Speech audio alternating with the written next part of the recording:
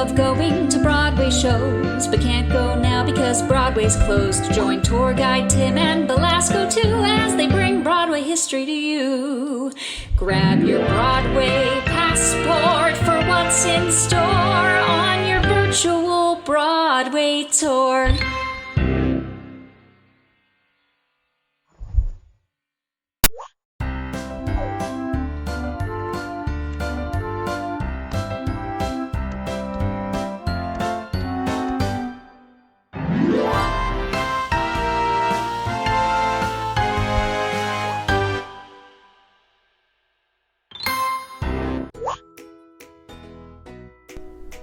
This week's theater, the Richard Rodgers, was built by real estate moguls Irwin and Henry Chanin, who first exploded onto the theater building scene on 46th Street.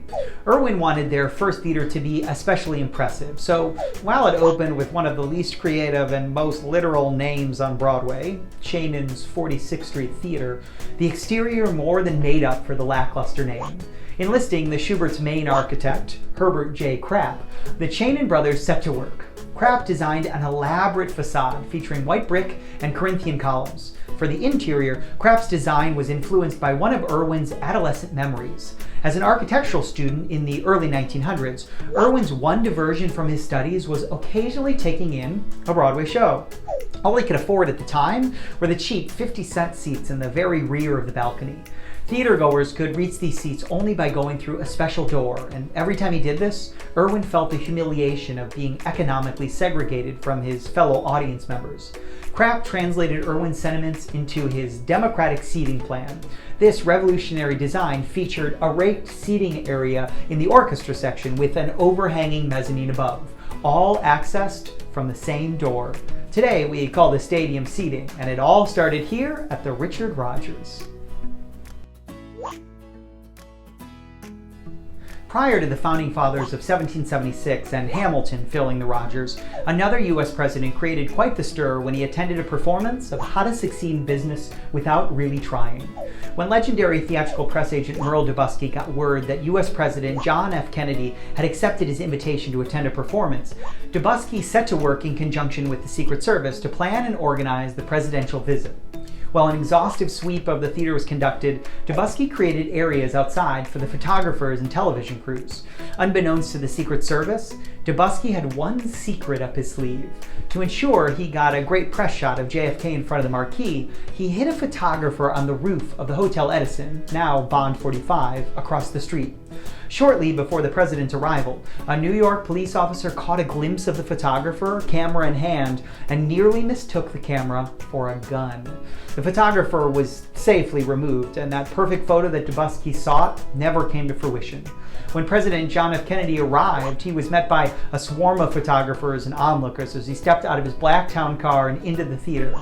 Not exactly the photo Dubusky was going for.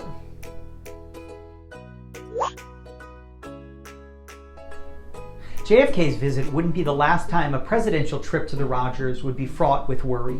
In 2015, preview performances began at the Rodgers for the landmark production of Hamilton, an American musical.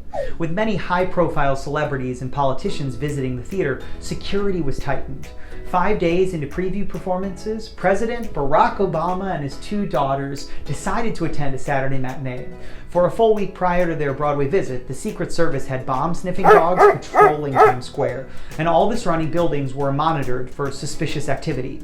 Since the Imperial Theater shares a back wall with the Rodgers, Les Miserables had to have their backstage space swept as well. When ticket holders arrived at the Rodgers for the matinee on the day of the presidential visit, snipers were positioned on the roof of the building, and each audience member had to pass through a metal detector. President Obama slipped into his seat just as the show began, and he was so impressed with the cast that at intermission, he made an impromptu appearance on stage before hanging out in Lin-Manuel Miranda's dressing room until the show resumed. So cool.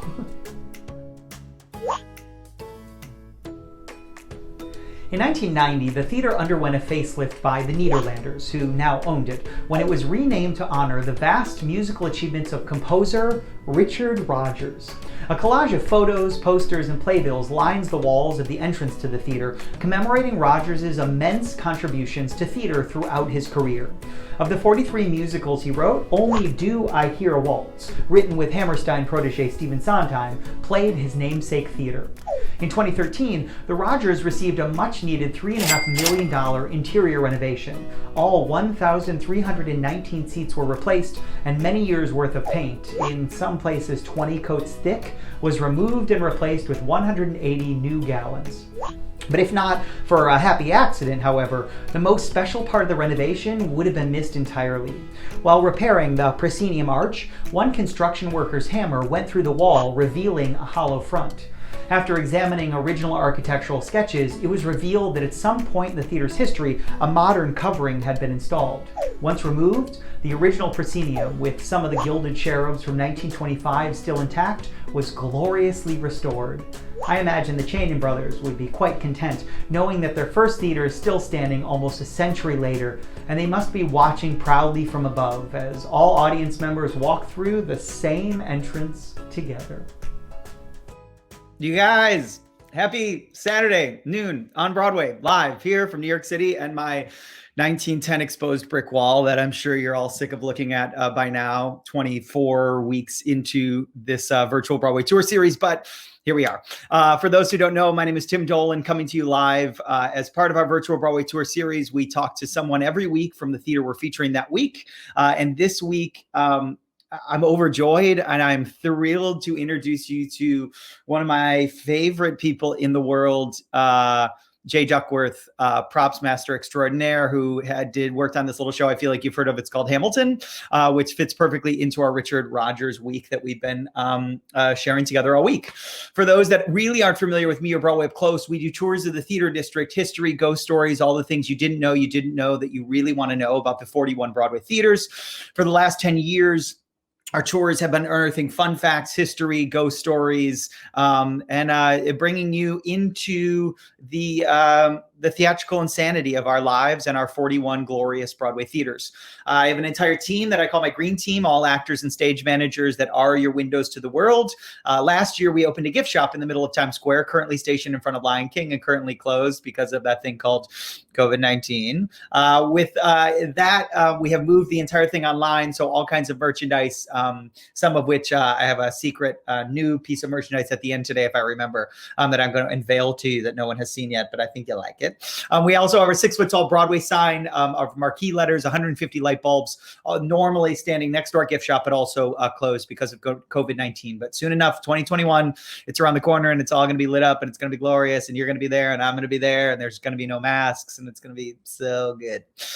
For information on all of our tours, our 5 exterior tours, our interior tour of Broadway's oldest, the Hudson Theater, you can head to www.broadwayupclose.com. You shouldn't do that now. You should wait till we're done talking to Jay and then do that after for Small Business Saturday and all of that. March 12th, 2020 was a day that I never thought I'd see happen. Broadway shutting down for a long period of time. I think, knock on wood, I think this will be the longest time in our entire lifetimes that will go without theater and Broadway. And so to get through this, I decided to take a lot of our stories, move them online, to spread across the world, and then in doing so, meet these people who are the network and the fabric that make up this patchwork quilt of Broadway and theater. And so that's what we're doing here today. We do one theater a week, 41 Broadway theaters, 41 weeks. Mid-March 2021, the series will be over. But right now, we're in week 24, the Richard Rodgers Theater. I hope you've enjoyed our stories about presidents and snipers and hammers and all kinds of things, all those fun facts this week. How's today going to work? We're going to talk to Jay about his theatrical journey, his time working on the props of Hamilton the musical and a million other musicals at the Public Theater. If you have any questions for him or me along the way, you can drop it in the comments. And if you haven't already, I see some of you have, which I love. If you haven't already, drop me a comment and let me know where you're watching from so we can see where our stories are going specifically today. Happy Saturday noon on Broadway. And without further ado, join me in welcoming Broadway's Jay Duckworth. Hooray! Hooray! Dum-da-da-da, Hooray! dum-da-da-da. Yeah, It's me. he's here. Jay Duckworth, my love, how are you? I'm incredible. I love the brick wall behind you because it is so quintessential New York. It is just, Correct. you Yeah. should have a microphone and be telling, what's with the airport food? Why is it so expensive? Just my best Jerry Seinfeld impression that ever was. No one wants to see it. Impressions? No. Forbidden Broadway? Okay. Never. Never. Jay Duckworth, hi. Happy November 28th. How are you? Happy November 28th. I am thankful. I am thankful for a lot of things. I'm thankful I'm alive. I'm thankful I'm healthy. Yeah, I'm thankful for the people I love and the people who love me. And I'm also thankful for the people who've taught me a lot of things by not agreeing with me. Sure. That's all part of it. Yeah, always walk away smarter, right? Than everybody. Yeah, for sure. We have to, before you tell us about your life, because it's a fascinating life and it's a fascinating story, and I want to hear it all. Talk to me about this this cabinet of curiosities of life behind you. This is, if you don't know Jay Duckworth, this is his life always. Every time you see him, you're like, what is happening? There's so much happening. I love when you used to come into my room and you were just like, what is all this? Barrett Midland one time said he looked and they saw all these jars and was like, are these spells? And I was like, no. And he looked so disappointed. I was like, no, not yet. And he was like, correct. Oh, yeah. It's truly, it's you're a genius, and we're going to talk about that genius. So where are you? Tell me where your enclave is currently during this November 28th. I am down with my brother in Florida. Okay. I'm had to get out of the city because I just couldn't afford it. I mean, we shut down, and luckily, Pace is still. I'm still able to teach remotely at Pace. Oh, great! So that is my only job right now. That and my Etsy store, which we'll hopefully talk about later on. Oh, for sure. Those are the only things that are keeping me sane right now. Yeah. But it was so hard to get out of the city. After since 1990. Come on. Oh yeah. My gosh. Yeah. I used to have to clean off crack vials in order to sit on a stoop. Perfect. Just hashtag 1990. Why not? Walking through the 42s, man, you're alive. Oh my God. You're lucky to even be here. Yeah. For those who don't know Jay Duckworth, for those who don't know what a props master and a prop man does, walk us through where you grew up. Walk us through when you first maybe were exposed to theater and you were like, that's an interesting thing. And then how that evolves and what your journey was to get you essentially to New York City, 1990 crack files. The thing that really kind of got me was when I was younger, I loved monster movies. And it just was so amazing. And I loved the stuff. And I loved, there's a technique where they took red makeup and blue makeup. And they would, in black and white films, would change the light because the red makeup would reflect the red and the blue would reflect the blue. So you could do an immediate change like a Dr. Jekyll and Mr. Hyde by just changing lights.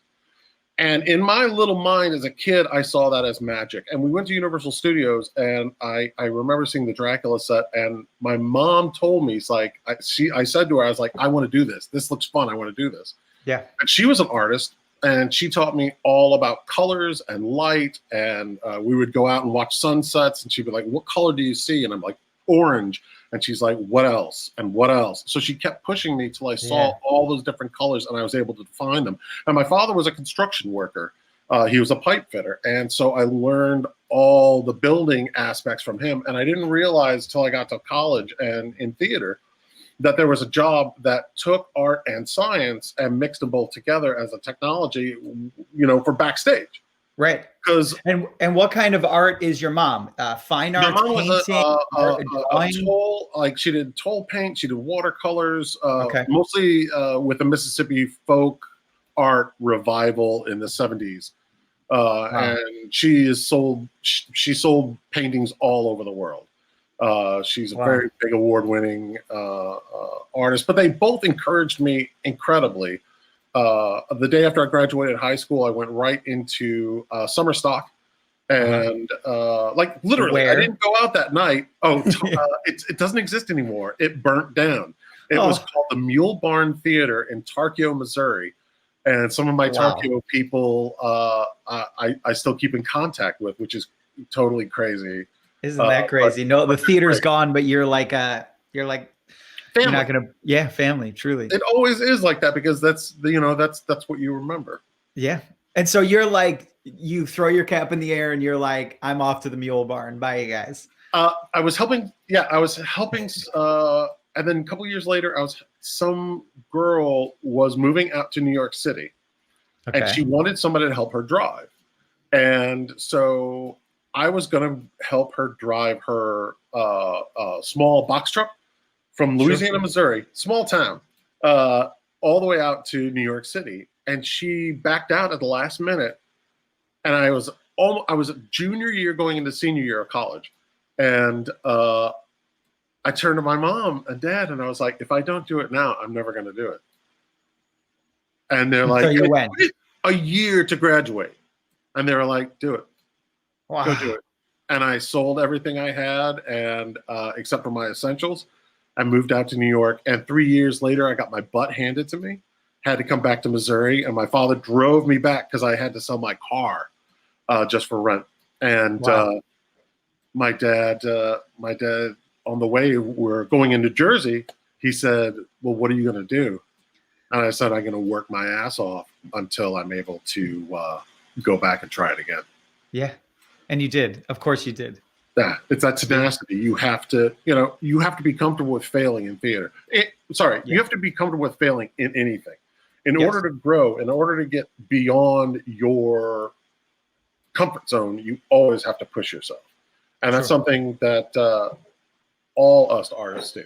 Yeah. I mean, you have, you have to have the courage to try something, knowing that one of the possibilities of trying that thing is a very possible huge failure. Oh yeah. And especially I think when you're physically creating stuff in your life. So there is so many people, I'm doing some social media, I'm putting out a photo, I'm doing this, but it's when you're physically creating something, to me, it even, whether it's a show, whether it's a prop, you're opening the door to like a huge possibility of the world being like, I don't like that. Yeah. Well, it's always like what they say. It's like, I'd rather have 4 quarters than 100 pennies. Correct. You know? Yeah, those truly. Quarters that really like you, the 4 that really like you, really like you. Yeah, like title show, 9 people's favorite things, then 100 people's 9th favorite thing. I was like, I just want to be 9 people's favorite thing. That's all I'm looking for. Yeah. Because no one's going to love your taste. Right. I mean, not during your lifetime. I mean, after you, some people will be like, that was amazing. Yeah. Yeah, truly. Okay. So then you're working hard, and what are these achievable, tangible things where you're like, if I do this X, Y, and Z, do I get a job and I need more money? So when I go back, is it, I need more connections? So when I go back, what is your list of like, when I go back, I want to do these things? Oh, I didn't. No. You are so much smarter than I am. Because I was like, so type A. Go back and see what I could do. Yeah. And, but I found out, and if I could give any advice to any young people, it's just go. Your fear is a tissue. It's a brick wall that is only made out of tissue paper. Everything you want is just beyond that wall. Yeah. So don't have fear. Show up on time. Sure. Just show up on time. Be ready to work before you get to your job. Be fun to work with. Don't be a pain. Talk well about the people you work with. No one likes to hear, because I always, in the back of my mind, I'm always like, you know what? If they're saying this about somebody, they're going to say this about me. Sure are. I have a bad day, and they're going to be like, And then the other thing is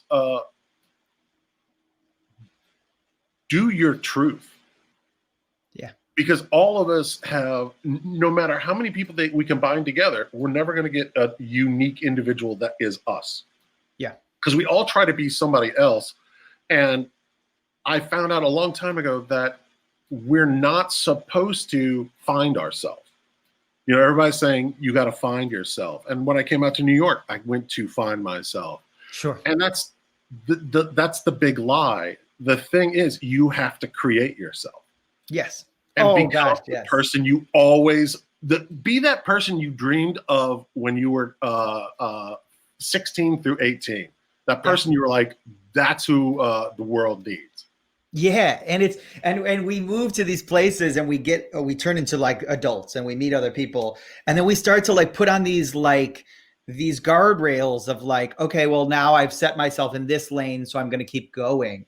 And I think COVID-19, I think this shakeup for me specifically has really caused me to like go back to a lot of the things that I love, which is being crafty and like taking my love of theater and what other ways can I translate that out into the world. And for me now it seems to be merchandise and making ornaments and all these kinds of things. But for me, I was like, well, no, I'm an actor. You know, first it's like, well, you're an actor. You can't start your own business because then you're not serious about your acting craft. And you're like, well, no, I can do both. That's ridiculous. And then it's like, well, can I open a gift shop? And they're like, oh, the tours aren't going well. And you're like, well, no, why can't I just have lots of different things? But the world, especially the theater world, is like, no, you put your blinders on and you do your one thing. And you're like, why can't it? Why? Yeah, it drives me crazy. I also think that COVID is going to be a great thing because of the democratization of theater. Sure. Of all the talent moving everywhere and realizing we don't have to be in one location now in order to create great art. And the other thing that I'm finding out with everybody promoting their small businesses, you know, all these craftspeople and builders and makers who've been out of work for so long, we're providing posts for people to advertise their Etsy shops or whatever shops or whatever. Yeah. So, and I'm seeing so much talent that I want to gear prop people to start buying, not from big places, but from the people in theater. Yeah. So if we can start putting creative people's objects in shows, we are feeding ourselves. And that theater keeps going because we support we are self-supporting, we're self-sufficient, we're a biodome. I love that. I remember I had an ex and she was doing a show and her dresser was crocheting a hat. And she said, what are you crocheting? And she said, oh, I make all the Elphaba skull caps that she wears. And my ex was like, I have an audition for that. I wonder if that's going to be mine. And it was. She booked it. This woman, she was like, oh, since it started, I just hand crochet instead of going to a big blocks. They just have me for $40 and she's made literally every Elphaba cap in the world. And I thought like, oh, I love that. Like this woman's pride of ownership is being an incredible dresser, but then also she's the one who makes this iconic costume piece around the world. And why not use the people in our business? Yeah. And it's handmade. Yeah. It is something made with love. And that is also a big difference. And as a prop person, as a prop maker, when you make something, people treat props like crap when they are crap props. If the prop person puts their love and history and energy into it, they become things of energy. I mean, you've seen people grab, if I gave you a pair of, or one of the guns from Hamilton, how do you would feel the energy in that thing? Yes. And I think people forget that objects that we create are of great import. They have gravity to them. Yeah. Yes. Yeah. It's and it fleshes out the whole world. Okay. So on that note, where do you get your start? Where do you feel like is the first job that someone hires you and you're like, oh, maybe this is a viable thing. Maybe I am good at this. Is there do you have that moment? The first big thing, I was been trying to break into New York for almost like 16 years. I lived in Jersey forever, and it was like 16 years. And most people would be like, I'm out. Right. But I'm just getting started. Yeah, well, I learned my skills. So when I came on the scene, every knife was sharp. Every blade in my arsenal was keen. And so I got the chance to work at Cherry Lane. Cherry Lane was my first one. So It was like already pretty nice. Yeah. And Alexander Hamilton died next door to the Cherry Lane. Did you know that? Right up the street is literally Maurice Crisis, which is where Thomas Paine lived, and he wrote the Crisis Papers. Yep. And what a perfect little full circle. I love that. And a great gay bar downstairs. Sure. All for singing. But if you go upstairs, there's a plaque about Thomas Paine being there. Yeah, the history of that, just like those 2 blocks, to me is incredible. Oh yeah, down at Pace, you're not too far from Trinity Church, where where the gravestones are. And a couple Thanksgivings ago, in 2014, we went and saw. I was down with friends in South Jersey, and we went and saw Burr's grave in Princeton Graveyard. Yeah, because we were working on the show, and it was just like, I've got to see this. Yeah.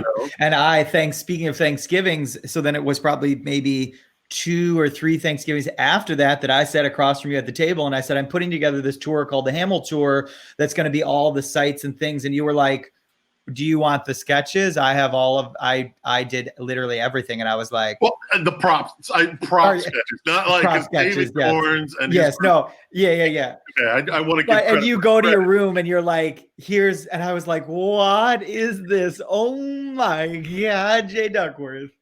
Yeah. Yeah, I have a book. It's not wild. It's I have all my drawings. I do drawings for all of my shows that I do. And I'm sure they're my preliminary sketches in there. Let's see. Here I think I have something. So there's one of the pages. You were like, here, this is a page from my book. Do you see that? That coal scuttle was the first idea for the burn letter. What else is on? Yeah, his wig, which I love. And I love it says at the top, Hamilton, yeah. Is that a reference to bloody Andrew Jackson? Populism, yeah. It totally is, because it was like, it was preliminary stuff. So it was like, Hamilton, yeah. And it was like, it's in my mind, we were doing the Dead White Men shows, the Dead President shows. Right. Because it was Jackson and then this, and then, but. Did you do all the props for Bloody? Oh, yeah. You did? Oh, yeah. I didn't know that. Andrew Jackson, yeah. Oh, I saved Ben's life because Ben came in wanting to cut a board. This is Benjamin Walker. Yeah. He had a board from the Coney Island Pier, and he said he stole it, and he wanted to make a cutting board off of it. And he's like, I want to go ahead and use your saw. And I'm like, you're way too valuable. You can't use our saw. I'll cut it down for you. Yeah. And I started looking at it, and there was no bugs that had attacked it at all. And I thought, if this had been here for the past 100 years, there's a reason. And I cut into it, and all the wood was green. And that's because it was arsenic and copper that was put into the wood to prevent it. And so Ben was going to use that as a cutting board, and he would have gotten sick and never known why. And I told him, I was like, brother, I'm really glad you told me about this, because here's what's up. Oh my, you're the reason we still have Benjamin Walker and then American Psycho. You're the reason. Yes. Wow. That's what I tell myself every day. Oh my, yes. You're like, you're welcome, Benjamin. Thank God for me. No. Yeah. Oh my gosh. But yeah, that was, and Danielle Whirley was the set designer on that. Alex, that's just like, you have a magic, when magic strikes, it's really incredible. And Danielle is one of the greatest artists of our time, and is totally about green theater and doing more green theater. Speaking of green theater, Correct. Doing stuff better for theater itself, Sure. and the world. Yeah, I saw it when it moved uptown at the Jacobs. And so when I remember walking in and being like, the whole, was one of these first shows that really a Beetlejuice or a Great Comet where it felt like the whole world had been, every inch had been taken over. Well, you know my room, what my room looked like. And you know this room. Yes. I had a friend call me, Luke Panza called me and said, did you do the props for Bloody Bloody Andrew Jackson? And I was like, yeah. He goes, yeah, I can tell. He's like, correct. It looks like your place exploded in here. Crazy. Like, maybe. Yeah, maybe slightly. Okay, so you make it to the public theater, and when did you start at the public? And once you were at the public, did you do the props for every show that came through the public when you were there? I started in 2008. Okay. And I did I gotta tell you the story. Yes. The prop job came open. The prop master job came open, and I wrote everybody I knew and asked for a letter of recommendation. I'm talking everybody. And so I walked into Ruth's office, and her and Jonathan, head of production, were in there, and I gave them this portfolio that had all these letters of recommendation and my resume in the other side. And everything was, and my friend Luke at the time was brand manager for Tic Tac and Ferrero Rocher. Great. And so he helped me brand myself. And so that doesn't hurt. Correct.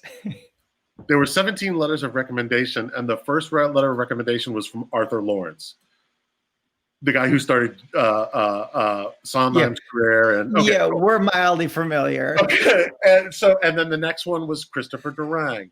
And how did you worked with Arthur Lawrence? I worked with Arthur at George Street Playhouse, and one of my first off-Broadway shows was with Christopher Durang. And so I kept really good relationships. That's why I'm always and I always send handwritten thank you cards after I'm done with a show or after I'm doing anything, because people do not forget that. So I walked in, gave him this, and the first thing out of my mouth was it was the boldest thing I ever did and probably the stupidest thing I ever did. I walked into Ruth's office, gave him that, and I said, I'm looking very much forward to this interview. I know it's only a formality, because you guys come highly recommended to me. And they were like, and Ruth started laughing and said, well, at least we know you got a sense of humor. Correct. So we sat down and we went through everything, and it was great. It was, and then we finished, the first show that I helped out on was Hair, closing Hair and moving that up to Broadway. Then the financial crash hit, and we were doing only a few shows at a time to rebuild, because there was, So at that time, we had to cut back on staff, and I was doing, I and Eric Hart were doing all the shows. Okay. And it wasn't that many shows at the time, but we were doing, and Oscar has a vision of incredible. I don't know if he has like a crystal ball, but everything he hits is right on time. When we did Roadshow, which is about the financial collapse of the marketing of the housing industry, it was right when the housing industry was happening. Yeah. Wow. And this is Oscar Eustace of the Public Theater, for those who are like, who's Oscar? Just incredible. And like everybody everybody, it's so crazy to be at a place where everybody's on their A game. Everybody brings their best every day, from the time they get there, which is usually about 7 a.m, everybody, till about 9 or 12 at night, because people are insane. Yeah, and you walk into a workplace like that, and if everyone is firing, all cylinders are going, you can't help but rise to that. Yeah. And so I think, especially with a show like Hamilton, when you watch it, to me, it seems like every person in those rooms, down to, everyone seems like it was like, we're doing this and all cylinders are going. Your tribe sets your vibe. And if you keep people around you that do just enough, that's how you're going to be. But I mean, Hal Binkley, Paul Tazwell, and of course, like I said, David Corns. I mean, just like the masters. Yeah. And then to have like Lynn and Tommy. I mean, it was just crazy. It was. I cried the first time that we did the workshop, and Oscar came and hugged me, and he was like, "It's good," and I was like, "It's not that." I said, "This is the first time I've ever known that I was going to be part of changing my industry's history." Yeah. That's what people say when at those early moments. That's it. People like you are like, you felt it. Oh, and it's such a rare moment to really. Like I said before that, I worked with Arthur and I worked with Stephen Sondheim and I worked with all these greats. And when Stephen was leaving this theater, I was my like, friend Stephen, yeah, sure. I was like, and he was like, but he had been working on it with, Lynn had talked to him about it for a while. So, but it was just like, it's so and when they did the rewind, the first time I ever saw the rewind, which I had never seen in theater before, I stood up out of my chair in tech and just was like, what the was that? And then the rewind where the intricacy of every detail, choreography, props, but it's not an exact recreation. There's and you're just like, it's like 8 minutes of genius. At first it was our perspective. Yeah. And then it was her perspective. And then, so there are it is so onion-like. That show is has so many different layers to it. It's just like, at first I was like, is this a celebration of Hamilton's life? Or is this Burr's nightmare? Is this something he has to go to sleep with every night, that he has to go back? Because if you've done something bad, you think in your mind, how could I have made this better? How could I have changed this? Yeah. And I asked Lynn about it, and he's like, that's up to you. That's up to you. Which is art. That's the best kind of art. It's like, I created something and then you interpret it, and you can interpret it in a million different ways. I even read something Andy Blankenbuehler said that all Burr, every time he travels, it's a straight line, and every time Hamilton travels, it's just we just go straight. And every time Hamilton travels, everything's on an arc because he sees other ways around. And you're like, and he did something very Wagnerian in that each person has their theme. Wagner did that. Yeah. When he wrote opera, every individual had their own theme, and it was and Washington's all for time and very militaristic. Yeah, it's genius. It's genius. Hey, we have a question. Dan Kelly, who we love, he says, "What's the most intricate prop you've ever built?" Intricate prop I ever built. There was and I had a lot of help with this. Believe me, there was hi Dan. It was a chair that was a throne that had to be put together at the top of Henry V out of 9 different pieces. Okay, so the throne had to be put together during the prologue. The actors put it together while they talked. Keep in mind, they wanted to stand on the chair, right around in the chair, so it needed wheels. It needed like a frame and wheels underneath it, and move through the chair and jump on the chair, but made up of 9 different parts so the prop shop, which was Rebecca David and Sydney Schatz and Sarah Swanberg and I, mostly Rebecca on this to help put this together. But it was incredibly hard. And if we had done that, if I had a chance to do it again, I would give them the parts in order to play with first, because Yeah. it came so late to them that it didn't work for the show after they had like got it set, and so it was cut. Oh my gosh, come But on. I have a great article in Stage Directions magazine. I write for Stage Directions monthly, but there's a great article about that chair and having to destroy things that you've worked so hard on because they're cut. So that's. Yeah, one of my favorite part about, well, I have lots of favorites. If you've ever met me, everything is my favorite. But our Hamel Tour, I have lots of passion, in case you haven't ever picked up on that. Our Hamel Tour, I remember seeing these sketches and going, no one ever highlights the props. No one ever talks about those details. And David Corns did my set on Altar Boys a million years ago on the tour. And so I knew him and had met him many times. And so he gave me some set sketches, and I had your stuff. And you watch people on our tours, you see them look at the craft, and we show them you making these candle holders out of foam and this like foam lathe. And you just watch these people. We walk to the next stop, and you just see them kind of just looking at life a little differently. And then they all get home and they go, I've been thinking about those candle holders. I had to go and watch Disney Plus again. And you're right. They're there. It's all there, but I don't know that I've ever noticed it before. And so that's my entire business, is just all the things you're like, no, you have to understand how much craft goes into these, and these people that I get to meet, and their stories are incredible. And then you get to see it, but you got to know what to look for. Well, the thing about props people, and the reason that we'll never be recognized for Tonys or any kind of awards, is if you notice our work, we've not done our job. Sure. We have to be totally seamless. It has to be something where we create it. Props is your apartment. Okay. When you move into a new apartment, that's the set.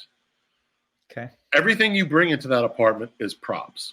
To make that place your personality is what we do. And we do it on a level that brings you into a show emotionally without you even knowing about it.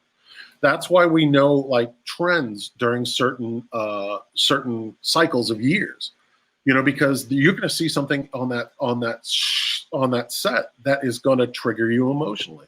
You can take a piece of duct tape or a doily and put it somewhere on a armchair, and you're going to know exactly who that armchair belongs to just by those two additions. Crazy.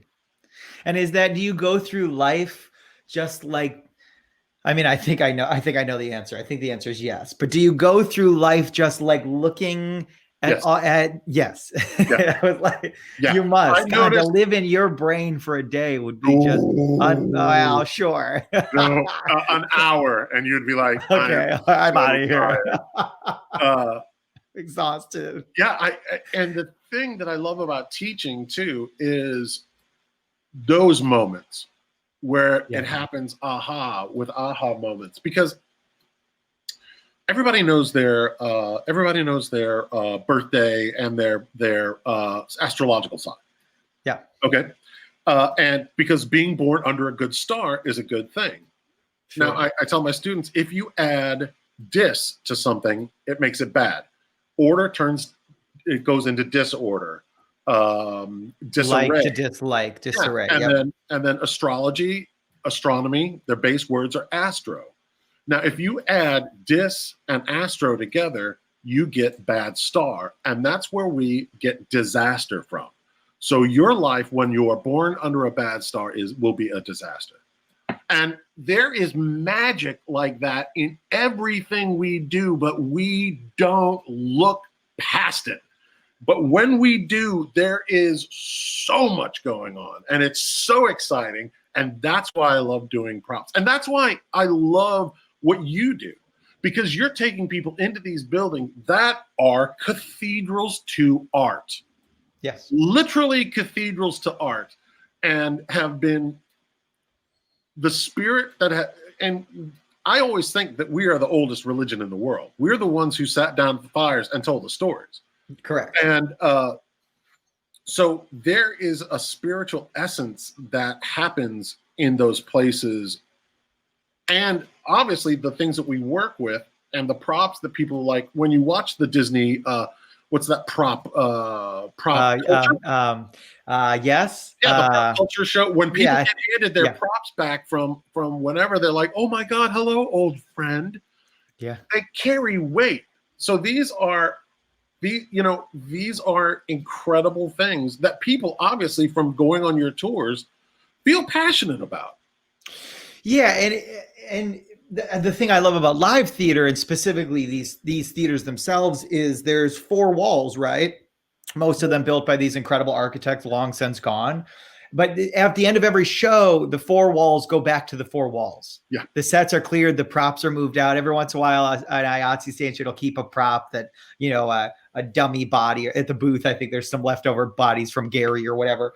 But it's, for the most part, it's like the stage gets cleared, we put a ghost light out, and we're back to just an old 1921 brick wall, or 1910 as the case may be. And then a new story comes in. And if you weren't part of that production, or you didn't get to see that production, or it didn't get filmed for Disney Plus, you kind of were part of this magic moment of that story being told. And so that's what my life is. Well, if you weren't there, let me tell you the story and get you as close to feeling like you were there as possible. And that's all we do. That's all you do with props. That's all I do with, a microphone and an iPad and a story on a sidewalk. Yeah. Eric Hart always says it best. He's the writer of all these great prop books. Eric Hart said, "We do it in one take and in 3D." Yeah. That's it. That's exactly it.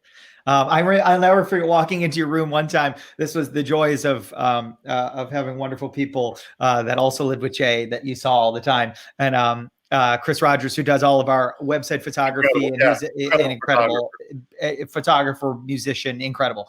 I'm walking over, and I came in, and you had got this 3D printer, and I said, "What are you doing?" And you said, "I'm making these things for Hercules." And I was like, "I'm sorry, what?" And you were like, "Yeah, I'm making all the coins, and we're doing some tests, and I made things for his belt and his sash and things, and I'm just like kind of testing it out." And I was like, what? And you were like, "Do you want this?" I was like, "I don't understand the question." Yes. And so in my office, one of my most prized possessions is my little Hercules coin from Jay Duckworth. And you're just like, what a genius. The lightning bolt. What is it like to work with big brands like that, with Disney, and you have this thing that this movie everyone knows, and then you have to fit into all of that? How does that? Disney's great. Disney is absolutely great. And the people on that show were incredible. But it's tough, like doing something iconic that's absolutely an icon. Like I also did the brooch, the skull brooch for Hayden. Yeah.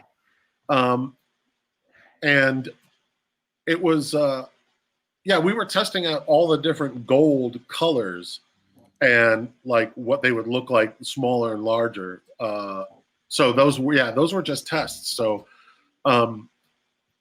it's really great. I mean, they're very giving, and again, it's a company and it's a group of people that allow you to make mistakes, and push you. They push you like, how can we make this better? How can we make it magic? Yeah. So crazy. Yeah, it's really amazing.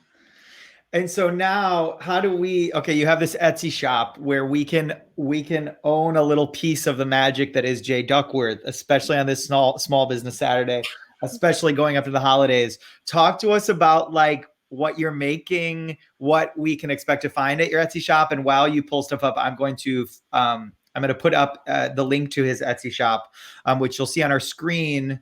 And then I'm also, we'll put it in the chat as well. I started Lynn Goldsberry. I had to teach her how to spin wool for a show in the park years ago. Okay. So that's how I learned to spin wool. And so I was making hats and crap like that. And then I started taking and giving them to people, and people like, "You should sell this." And then when COVID happened, I turned my head to creating different things that I wanted to do. Like this is a planchette, and it's made out the original is made out of metal. It's a tin work, and they do a lot of it in Mexico. In like you made this. Yeah, it's just tin. Like there's roof flashing that you can get at a home goods place, and you just take like different pens and pieces of wood and just press it, and then you can get like really great amount of detail. And so I made this one for my boyfriend. Come and on. It's a scarab, and that's in my shop.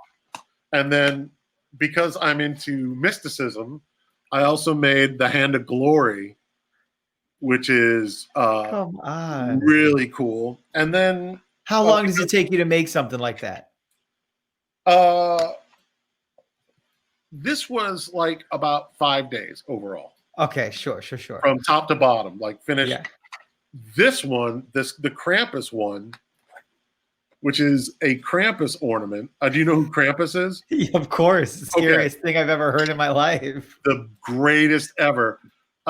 This one took me, I think it was like 11 hours. Come on. Because I had an idea for it, and I started it, and I made it. And you just see this in your brain, and you're just like tapping away, and 11 hours later, you're like, ta-da! Well, what I do, I'll show you this. Okay. Whenever I make something, so here's what it looks like. Okay. This is I make my own Christmas cards. Okay. Of course you do. Of course. Now, I got tons of them here. And this was the first one. And what I do is I screw up everything on the first one. Mm-hmm. So I know what I don't want to do. And then eventually, I'll be like, oh, okay, I don't like that tree, or I don't like the background. Background's too dark, or, And is this all you, this first one you hand painted? That's you? All of them are hand painted. Every single one of them are hand painted. I did one for my brother Steve that's just mistletoe. That's just mistletoe. I don't sell those on my shop, but I mean that's something that I. And do you do custom? Like if someone came to you and is like, "I want this," do you do anything like that? I could try. Sure. Yeah, you're a genius. It'll just be like a show coming to you and being like, "I need these gun props." It'll be the same thing, except I need a Christmas card with this. And you're gonna go. I think the thing is, I love research the most about when I'm doing a show. The thing that I love the most is just trying to figure out to solve the problems. Sure. So I put your Etsy shop is going up in the chat right now for an easy clickable link is how we say that. Tell you what, here's also something I made that I want to share, and this is from who have been making masks and printing masks and sewing them. Yeah, I have these, and these have a sticky back to them, and you can put it on your sewing machine. It said, or your 3D printer, and it says, "This machine fought COVID-19." And if you look, it is it's the Grim fighting off the Grim Reaper. Fighting off that. Oh my gosh. So yeah, I had these made up. I designed these and had them made up. But you're so smart. But if anybody orders them from here, what's the if they put Broadway BUC on it, half off. No, come on. We want to give you all our money. No. So seriously, because I didn't make these. I want people to have these. Sure. They do me no good sitting here and giving. There's so many people who are making. It's important that just put that in the notes, and then I'll refund half your. I love that thing because you're incredible. Yeah, dog out. Come on, Boots. Good. You're incredible. The dog's like, I'm out of here. You said we'd be done by now. Yeah, no, he's totally like, Welcome to my dog. My dog's Quit sitting next to me plugging. cleaning his paws. oh, So welcome to our lives. You're awesome. Thank you for spending a little piece of your Saturday with us. I'm so glad that more people now in the world know about Jay Duckworth and the magic that is you. Is there a world where we should Instagram? Is that the best way to follow you and find you and see what you're up to? and that's got my JDuck. It's JDuck9, but that also has my Cabinet of Curiosities, Prop Master Cabinet of Curiosities, and it has all kinds of really cool stuff in there. Great. Where I touch on different historical subjects. And I also did, right before Hamilton was aired, I did Hamel Facts. And you can find Hamel Facts in there. Yeah, go through. They're good. They're really good. You're so smart. You're awesome. Please. I miss you a lot. I miss Friendsgiving. I miss Chris. I miss everybody. Matt, everybody around the house. Carly, Dewey and his beautiful wife. But it was just all the stopping by, just that stuff that we miss. It was a collection of artists getting together, and it was just, there's no better conversations. Do you have any other questions about Hamilton or anything that I could? Nothing else has popped up. I think right now people are saying, you're awesome. This is Chris Rodgers. He says, you two are the bee's knees. Thank you, Chris. Well, multiple knees, my friend. Correct, multiple. Eric Hart, who you mentioned a couple of times, he says, thank you, Jay. Yeah, get his book on Amazon. Eric Hart, H-A-R-T. He has 2 books about props. If you want to know anything about props, you need to know anything about props, Amazon, Eric Hart, and he has 1 more book coming out in the spring. Okay, Eric Hart, we're gonna come and find you and buy all your things. And then Tom, who we love, he says this was really cool. Thanks, Jay and Tim. Yeah, it's not questions. People just want to take in the world of Jay Duckworth, which is how the world should be. It's really how it should all be. You're a dream. Good luck with the rest of this insanity of our lives. And when you're back in New York, I'll find you. I know where you live. Definitely, man. Yeah. We'll grab some foods. And we'll go to the Sandwich King, the Subway King. Yes, and King. Go get a bomb. Yeah, gosh, taking me back. You're a dream. Happy holidays. Good luck with the rest of everything. We're gonna send some people your way to your Etsy shop, get you some money, support these artists in this artistic drought, and I love you. Thank you so much, Jay. Thank you very much. Bye. Everybody. Bye. It's I can't say enough about every time I'd go over my friend Chris's, and he's all, I remember the first time he said, oh, my roommate Jay, he makes props, and I was like, I have so many questions, tell me everything, I want to meet this guy. And then you come to find out he's designed like so many shows you'd seen, and then what you saw in the background, that's like his life every time. And I'd come over and I'd be like, Chris, you're really great, but like, what's Jay doing? Jay, what's happening in here? And to watch his brain work through these creations, through these shows, just through life is it was always really inspiring, really cool. And especially now that I make so much stuff, I very often am like, I wonder how Jay would have made this better than I'm making it. But alas, here we are. I hope you've enjoyed a little insight into the different sides of the curtain. I figure if we have 41 weeks, it can't just be all dancers. We've got to get some singers. We got to get some props. We've had a good mix of a lot of different stuff. And so I hope you've enjoyed it. We're a little over halfway done, but you're not done with me yet. We still got many weeks. Okay. So my thing I was going to tell you that I realized is perfect for this week. I'm ornament obsessed. If you've been following us and all of this, I'm obsessed with it. Chris Rodgers says, show us your merch. I'm getting there. So we released our ornament series. We're almost completely sold out. And I can't tell you how that makes my heart the happiest heart that ever was. But then I was sitting with my graphic designer and I'm walking down the street and I said, gosh, I have another idea and I think we have to do it.